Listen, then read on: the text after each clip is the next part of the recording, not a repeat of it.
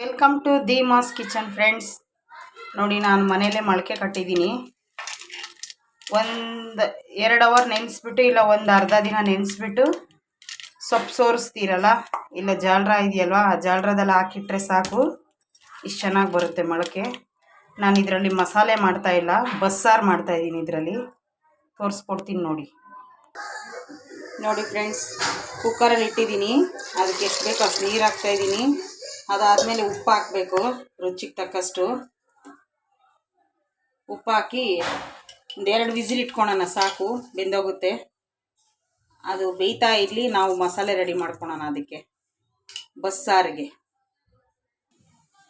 ನೋಡಿ ಫ್ರೆಂಡ್ಸ್, ಸ್ವಲ್ಪ ಬೆಳ್ಳುಳ್ಳಿ, ಸ್ವಲ್ಪ ಮೆಣಸಿನ್ಕಾಯಿ, ಒಣಗಿದ ಮೆಣಸಿನ್ಕಾಯಿ, ಈರುಳ್ಳಿ ಉದ್ದುದ್ದ ಕಟ್ ಮಾಡ್ಕೊಂಡಿದ್ದೀನಿ, ಕರಿಬೇವು ಎತ್ಕೊಂಡಿದ್ದೀನಿ, ಹುಣಸೆಹಣ್ಣು ಎಷ್ಟು ಬೇಕೋ ರುಚಿಗೆ ತಕ್ಕಷ್ಟು.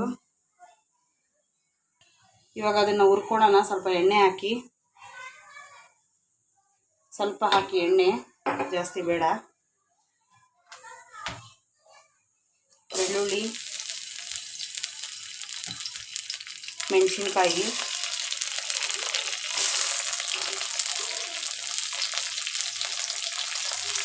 ಈರುಳ್ಳಿ, ಹುಣಸೆಹಣ್ಣು, ಕರಿಬೇವು ಎಲ್ಲ ಹಾಕ್ಕೊಂಡು ಸ್ವಲ್ಪ ಫ್ರೈ ಮಾಡ್ಕೊಳ್ಳೋಣ ಫ್ರೆಂಡ್ಸ್.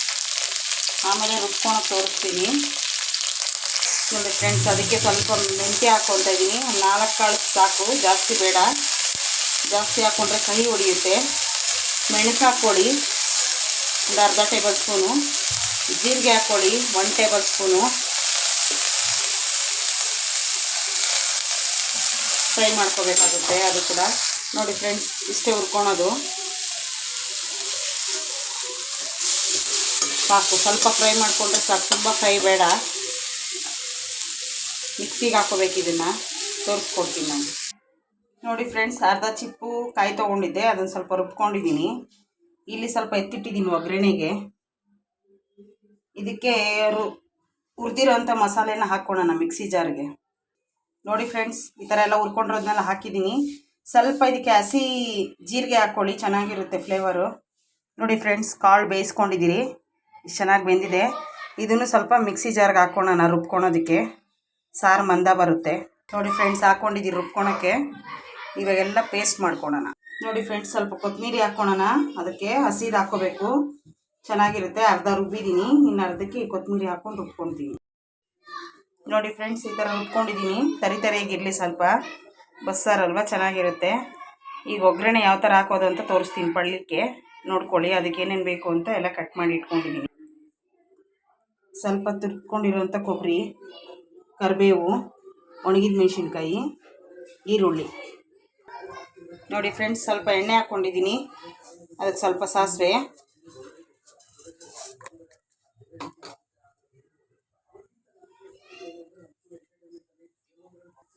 ಬೇರೆ ಬೇರೆ ಥರ ಬಸ್ಸಾರುಗಳು ಮಾಡ್ತಾರೆ, ಬಟ್ ಈ ಥರ ಒಂದ್ಸಲಿ ಟೇಸ್ಟ್ ಮಾಡಿ ನೋಡಿ, ಮಾಡಿಕೊಂಡು ತುಂಬ ಚೆನ್ನಾಗಿರುತ್ತೆ. ನೋಡಿ, ಕರಿಬೇವು ಹಾಕ್ತಾಯಿದ್ದೀನಿ. ಅದಾದಮೇಲೆ ಒಣಗಿದ ಮೆಣಸಿನ್ಕಾಯಿ ಹಾಕ್ತಾಯಿದ್ದೀನಿ.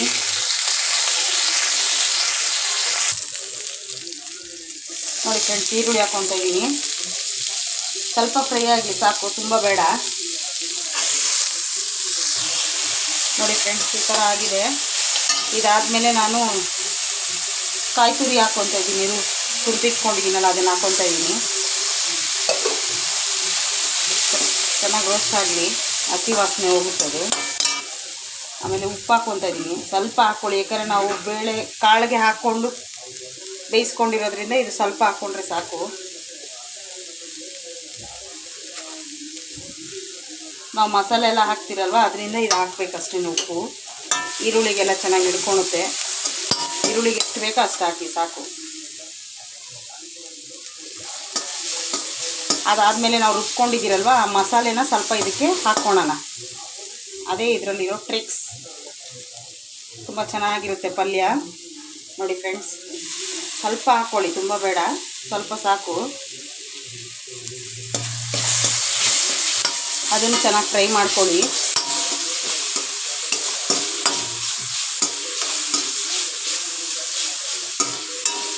ತುಂಬ ರುಚಿಯಾಗಿರುತ್ತೆ. ಮಾಡಿಕೊಂಡು ತಿಂದ್ಕೊಂಡು ನಮಗೆ ಕಮೆಂಟ್ ಬಾಕ್ಸಲ್ಲಿ ಕಮೆಂಟ್ ಹೇಳಿ ನೀವು ಯಾವ ಥರ ಇತ್ತು ಅಂತ.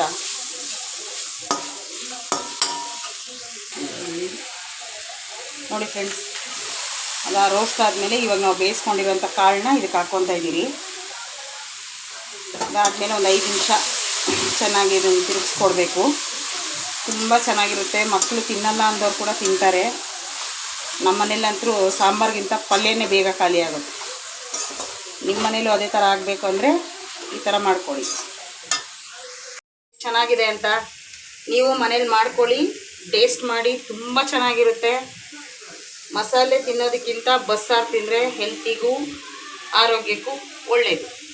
ತೋರಿಸ್ತಾ ಇದ್ದೀನಿ. ಸ್ವಲ್ಪ ಎಣ್ಣೆ ಹಾಕ್ಕೊಂಡು, ಸಾಸಿವೆ ಹಾಕ್ಕೊಂಡು, ಕರಿಬೇವು ಹಾಕ್ಕೊಂಡಿದ್ದೀನಿ.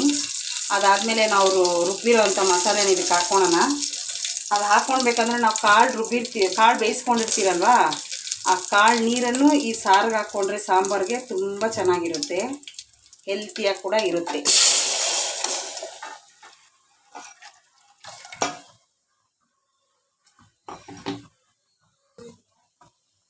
ನೋಡಿ ಫ್ರೆಂಡ್ಸ್, ಈ ಥರ ಆಗಿದೆ ಒಗ್ಗರಣೆ.